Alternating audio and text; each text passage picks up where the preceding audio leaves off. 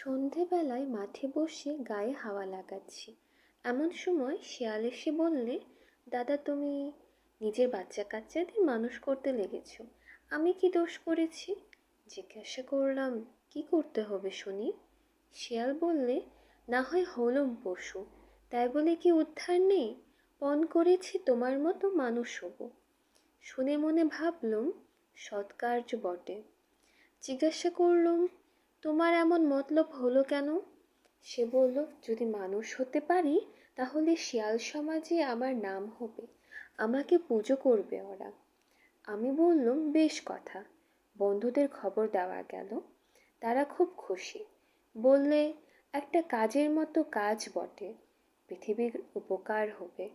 কজনে মিলে একটা সভা করলুম, তার নাম দেওয়া গেল সেবা শোধন সমিতি। পাড়ায় আছে অনেক কালের একটা পৌরচণ্ডী মণ্ডপ, সেখানে রোজ রাত্রি 9টার পরে শিয়াল মানুষ করার পুণ্যকর্মে লাগা গেল। জিজ্ঞাসা করলুম, বৎস, তোমাকে জ্ঞাতিরা কি নামে ডাকে? শিয়াল বললে, হৌ হৌ। আমরা বললুম, ছি ছি, এ তো চলবে না, মানুষ হতে চাও তো প্রথমে নাম বদলাতে হবে। তারপরে রূপ, আজ থেকে তোমার নাম হলো শিবুরাম। সে বললে, আচ্ছা। কিন্তু মুখ দেখে বোঝা গেল হো হো নামটা তার যেরকম মিষ্টি লাগে, শিবুরাম নাম তেমন লাগে না। উপায় নেই, মানুষ হতেই প্রথম কাজ হলো তাকে দু পায়ে দাঁড় করানো। অনেক দিন লাগলো, বহু কষ্টে নড়বড় করতে করতে চলে, থেকে থেকে পড়ে যায়। 6 মাস গেল দেহটাকে কোনো মতো খাড়া রাখতে। থাবাগুলো ঢাকবার জন্য পরানো হলো জুতো মোজা দস্তানা। অবশেষে আমাদের সভাপতি গৌর গোসাই বললেন, শিবুরাম, এইবার আয়নায় তোমার দ্বিপদী ছন্দের মূর্তিটা দেখো দেখি, পছন্দ হয় কি না। আয়নার সামনে দাঁড়িয়ে ঘুরে ফিরে ঘাড় বেঁকিয়ে শিবুরাম অনেকক্ষণ ধরে দেখল। শেষকালে বললে, গোসাইজি, এখনো তোমার সঙ্গে তো চেহারার মিল হচ্ছে না। গোসাইজি বললেন, শিবু, সোজা হলেই কি হলো? মানুষ হওয়া এত সহজ নয়। বলি, লেজটা যাবে কোথায়? ওটার মায়া কি ত্যাগ করতে পারো? শিবরামের মুখ গেল শুকিয়ে। শিয়ালপাড়ায় 10-20 গায়ের মধ্যে ওর লেজ ছিল বিখ্যাত। সাধারণ শিয়ালরা ওর নাম দিয়েছিল খাসা লেজুরি। যারা শিয়ালের সংস্কৃতি জানত তারা সে ভাষায় ওকে বলতো সুলম মলা লাঙ্গুলি। 2 দিন গেল ভাবতে, 3 রাত্রি ওর ঘুম হলো না।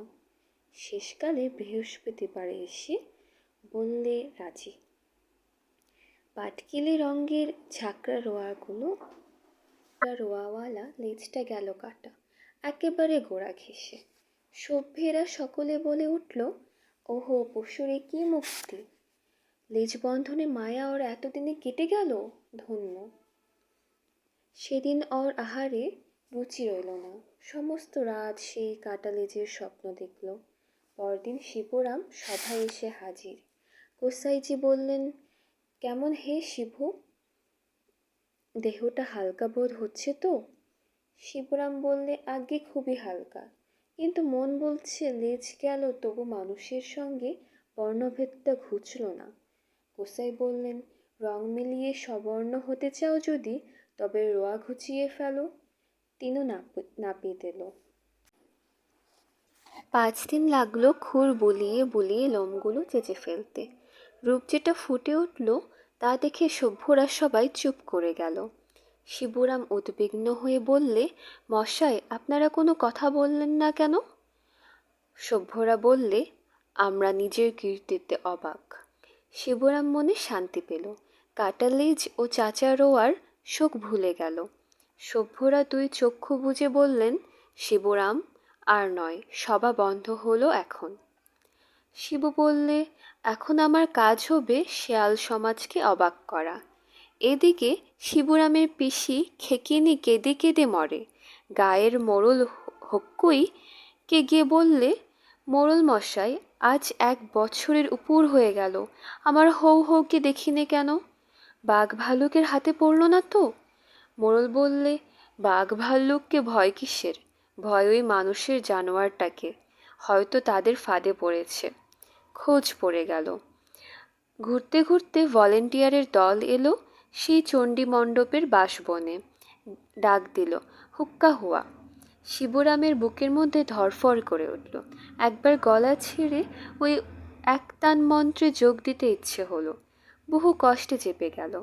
দ্বিতীয় প্রহরে বাসবনে আবার ডাক উঠল, হুক্কা হুয়া। এবার শিবরামের চাপা গলায় কান্নার মতো একটুখানি রব উঠল, তবু থেমে গেল। তৃতীয় প্রহরে ওরা আবার যখন ডাক ছাড়লে শিবরাম আর থাকতে পারলে না। ডেকে উঠল, হুক্কা হুয়া, হুক্কা হুয়া, হুক্কা হুয়া।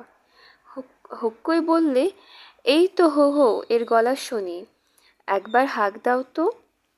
ডাকা পড়ল, হৌ হৌ। সভাপতি বিছানা ছেড়ে এসে বললেন, শিবরাম। বাইরে থেকে আবার ডাক পড়ল, হৌ হৌ। গোসাইজি আবার সতর্ক করে দিলেন, শিবরাম। তৃতীয়বার শিবরাম ছুটে বেরিয়ে আসতেই শিয়ালরা দিল দৌড়। হক্কই, হৈ হো, হু হু প্রভৃতি বড় বড় শেয়ালবীর আপন আপন গর্তের ভিতর গিয়ে ঢুকল। সমস্ত শেয়াল সমাজ স্তম্ভিত। তারপর 6 মাস গেল।